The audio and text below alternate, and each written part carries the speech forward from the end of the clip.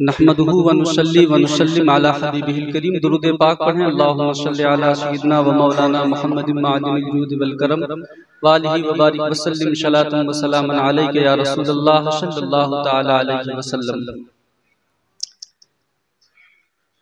मैं तहे दिल से आप तमाम शामीन हजरात और खुसूसन गिरामी मर्तबत मौलाना हसन मलिक नूरी साहब क़िबला का तहे दिल से शुक्रगुजार हूँ कि उन्होंने ये इज्जत अता फरमाई और अब उन्होंने हुक्म फरमाया है कि मैं अपने कुछ तासुरात या तलबा को कुछ नसीहतें करूँ।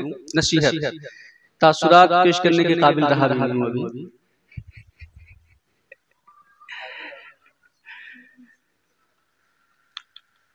तो मैं दो नसीहतें फिलहाल मेरे जहन में आ रही हैं। मैं चाहता हूं कि जो हमारे तलबा के भी इंशाअल्लाह काम आएगा और दीगर सामीन जो हजरात हैं इंशाअल्लाह उनकी जिंदगी में भी काम आएगा। अगर ये दो चीजें आपने अपनी जिंदगी में अपना ली तो इंशाअल्लाह दुनिया व आखिरत दोनों आबाद हो जाएगी। खुसूसन मैं अपने तलबा से मुखातिब हूँ कि आप इल्मे दीन मदरसे में रह करके सीखते हैं तो आपको पढ़ने के साथ साथ अपने असातिज़ा का हर हाल में बाअदब होना जरूरी है, क्योंकि अदब एक शय अजीम है। वो बुलंदो बाला शय है जो इंसान को जमीन की पस्ती से उठा करके आसमान की बुलंदियों तक पहुंचा देती है।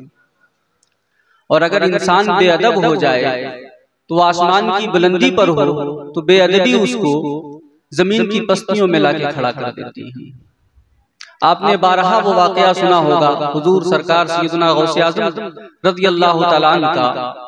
या आप फरमाया करते थे कि जो मुझे मकाम गौसियत मिला वो सिर्फ उस गौस के इज्जत करने की वजह से, अदब करने की वजह से गौसियत का मकाम सरकार गौसे आज़म दस्तगीर रज़ियल्लाहु तआला अन्हु को अल्लाह तबारक व तआला ने अता फरमाया।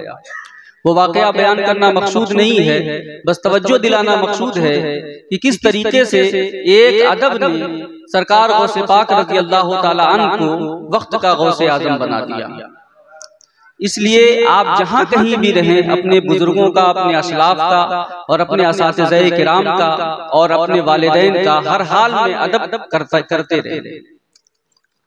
अदब के हवाले से मुझे इमाम रब्बानी मुजद्दिद अल-फ़ैसानी रज़ियल्लाहु तआला अन्हु का एक वाकया याद आता है कि हजरत इमाम रब्बानी अपने वक्त के फ़क़ीह आज़म थे, मुजद्दिद थे और फतावा की कसरत भी आपके यहाँ हुआ करती थी। तो होता यह था कि आप फतावा लिखने में घंटों घंटों वक्त गुजार दिया करते थे।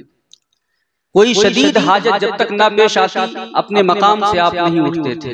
एक बार ऐसा हुआ कि आपको इस्तिंजा की शदीद हाजत हुई और आप उठ करके इस्तिंजा करने की गरज से रवाना होते हैं और जब आप वहां पहुंचते हैं तो देखते हैं कि इस्तिंजा खाने के अंदर जो लोटा रखा हुआ है उस पे लफ्ज़ अल्लाह खुंदा है। वक्त के मुजद्दिद थे, ये देख करके तड़प जाते हैं और अपनी हाजत को भूल जाते हैं। हाजत को भूल करके उस लोटे को वक्त के मुजद्दिद ने अपने हाथों में उठाया और लाने के बाद किसी और को नहीं सौंपा, बल्कि नामे खुदा की मोहब्बत में उसका अदब व एहतराम करते हुए आपने उस लोटे को अपने हाथ से उस लोटे की सफाई की और सिर्फ सफाई ही नहीं की बल्कि उसको साफ सुथरा कर देने के बाद अपने कमरे में रख दिया कि अब आज के बाद हम इसी से पानी नौश किया करेंगे। हजरत इमाम रब्बानी इरशाद फरमाते हैं कि उस एक बरकत अदब की वजह से अल्लाह तबारक व तआला ने मुझे वो मकाम अता फरमाया कि अगर मैं सैकड़ों साल इबादतें करता तो वो मकाम नहीं मिलता। तो अदब वो अजीम चीज है कि जब इंसान इसको अपना लेता है तो अल्लाह तबारक व तआला उसे लम्हों में जमीन की पस्तियों से उठाकर आसमान की बुलंदियों तक पहुंचा दिया करता है।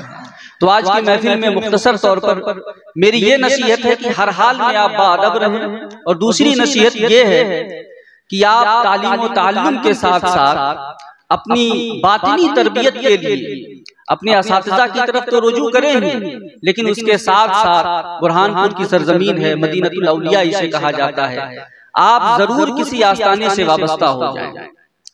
क्योंकि तालीम और तालीम के जरिए से आपकी शख्सियत में अगर किसी तरह की कोई कमी रह जाती है तो इंशाअल्लाह ताला उस आस्ताने से जुड़ने के बाद उस शख्सियत की तकमील कर दी जाएगी।